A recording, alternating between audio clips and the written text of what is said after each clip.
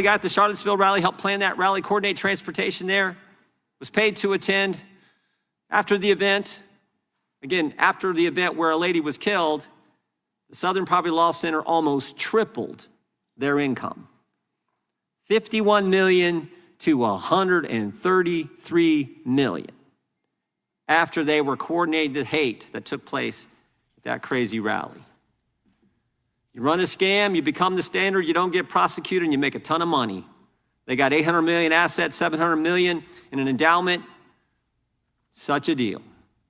You've got Chairman of the House Judiciary Committee, Jim Jordan, there talking about the Southern Poverty Law Center there at the hearing that has been taking place this week on Capitol Hill. And it's very important to see the long game here and what's going on with the Southern Poverty Law Center. This isn't just like, gasp, hand over mouth. They lied to us. He said the word there. Chairman Jordan said the word there, and the word is scam. Let's get to the bottom of it here with our next guest. Tyler O'Neill joins us, senior investigative journalist at the Daily Signal, with a newly refreshed version of the book, Making Hate Pay, The Corruption of the Southern Poverty Law Center. Great to have you with us, Tyler. We appreciate your insight that you're going to provide us here on what's really at the root of this hearing this week. Yeah, thanks so much for having me. What's for people who are kind of coming into this right now, they don't pay attention to these things. They don't follow it deeply. They're getting wind of, wait a second, there are people who paid white supremacists and racist bigots to create hate that they could fight against. What? What do you want those new people to the story to know? Yeah, well, I think it's even worse than just that, because what the SPLC is accused of doing here, if you read the superseding indictment, they allegedly paid for KKK hoods and KKK robes. Then they also reimbursed people for a cross burning. I think those symbols really illustrate what the SPLC is allegedly doing here, which is propping up the very hate it claims it exists to oppose. And that is the fundamental claim here. I wrote the book back in 2020, Making Hate Pay, because I thought those words, those words are from a former SPLC employee. And he said that we would dish about the SPLC in Montgomery bars and say that its real motto should be making hate pay. In other words, what they would do, they'd go to their donors, they say, hate is on the rise, give us money, and they would reap in buckets of cash. Now, the main thing here is that the SPLC gained its reputation by suing the Klan into bankruptcy in the 1980s. Even back then, SPLC employees said it was so easy to sue the Klan into bankruptcy, it was like shooting fish in a barrel. White supremacy in America is largely hanging on by a thread. But the SPLC has long been accused, actually, of some people on the left of providing air to these white supremacists, making them feel more relevant than they actually are. And that was even before these claims in the indictment. But what the SPLC does, they focus on organizations that barely exist. They draw attention to them and say, oh, hate is on the rise. Then they also smear mainstream conservative and Christian organizations by using a guilt by association tactic to suggest that conservatives are a threat on par with the Klan.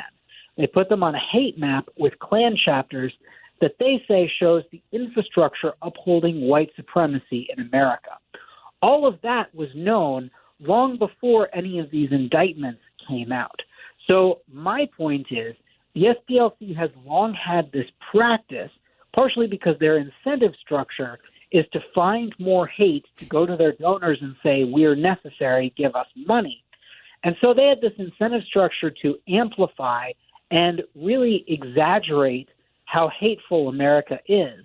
And so it stands to reason that if they had this informant program, as they say that these people they were funding were merely informants.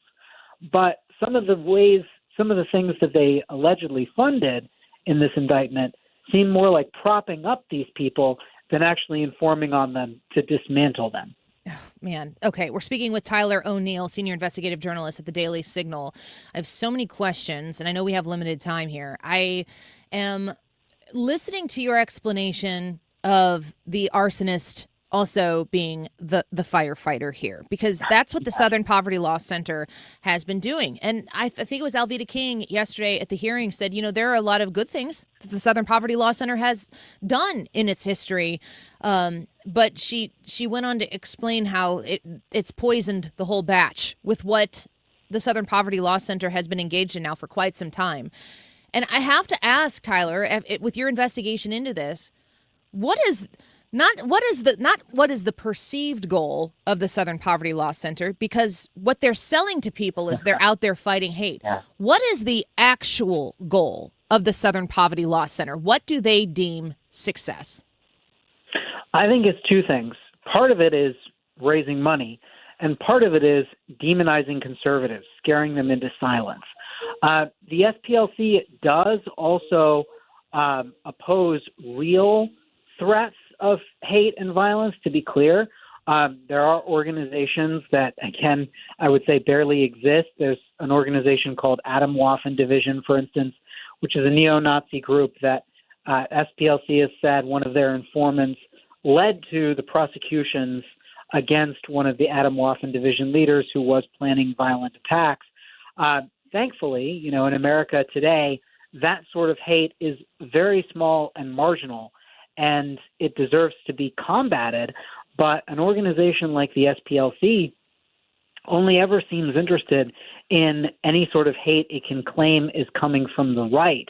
If you look at what we saw after the Dobbs decision was leaked from the Supreme Court, so much violence against Catholic churches and pro-life pregnancy centers. The SPLC said not a peep about Jane's revenge. The SPLC has carried water for Antifa in the past, and one of their lawyers was arrested in a Molotov cocktail riot. So this organization has no moral credibility on hate, and it is high time Americans realize that, and companies stop relying on them. We're speaking with Tyler O'Neill, senior investigative journalist at the Daily Signal. The book that has been refreshed here on the latest developments with the Southern Poverty Law Center is entitled Making Hate Pay: The Corruption of the Southern Poverty Law Center. I would like to know from you your thoughts, because I'm always trying to look at the innocent people who get wrapped up in this. And I would say, from the outside looking in, without all the investigative research that you were privy to, that there are a lot of people who have written small checks, maybe very large checks, to the Southern Poverty Law Center thinking that they were doing a very virtuous thing. Is that accurate? And what are those people thinking today, learning what they were actually spending these donation dollars on? Yes, so that is extremely accurate. It's very telling. I think, and I want to be as generous to people as I can here. The SPLC has been trumpeting, and Democrats have been trumpeting, the claim that no donors have come forth saying that they were hoodwinked, that they supported the informant program and have full confidence in the SPLC after this indictment. And I think a lot of that is due to the ideological bubble that supporters of the SPLC are in. They're only hearing the Democrat narrative about this, and they're not reading the indictment, and they're hearing over and over from Democrats and the left that the SPLC is this noble civil rights organization that's being targeted by the Trump administration for political and nefarious ends. And I don't think they're really dealing with, because a lot of people don't have the time not only to not read indictments, I mean, that's another thing entirely, but to read in-depth political news coverage. Most people live their lives, focused on more important things to them. And, those of us who are obsessed with politics would make an argument that they should pay maybe a little bit more attention. But in general, I do think it is healthy.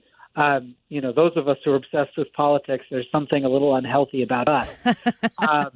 But when it comes to an issue like this, I think a lot of SPLC donors want to believe the best of the SPLC. And we're talking about a very left-leaning demographic in general. So it doesn't surprise me that none of them have come forward publicly and said they were bilked, but that doesn't mean that some of them are not feeling frustrated about this. I mean, it is heartbreaking. I get Google News alerts for the Southern Poverty Law Center, and I will often see a notice from a funeral where someone has passed away, and they say in flowers, give to the Southern Poverty Law Center. And that really breaks my heart, because this is an utterly corrupt organization that is driving so much hatred and division in our country. And yet people are, with their last breath, giving their last memory to this organization. It's so tragic. I mean, the next question that I was going to ask you was going to be about the consequences of Southern Poverty Law Center's actions. So they have conned Americans who have good faith, good hearts, goodwill into parting with their dollars to invest in the Southern Poverty Law Center. I've looked into the Southern Poverty Law Center Action Fund. They are a politically active entity through that 501c4 or whatever it is.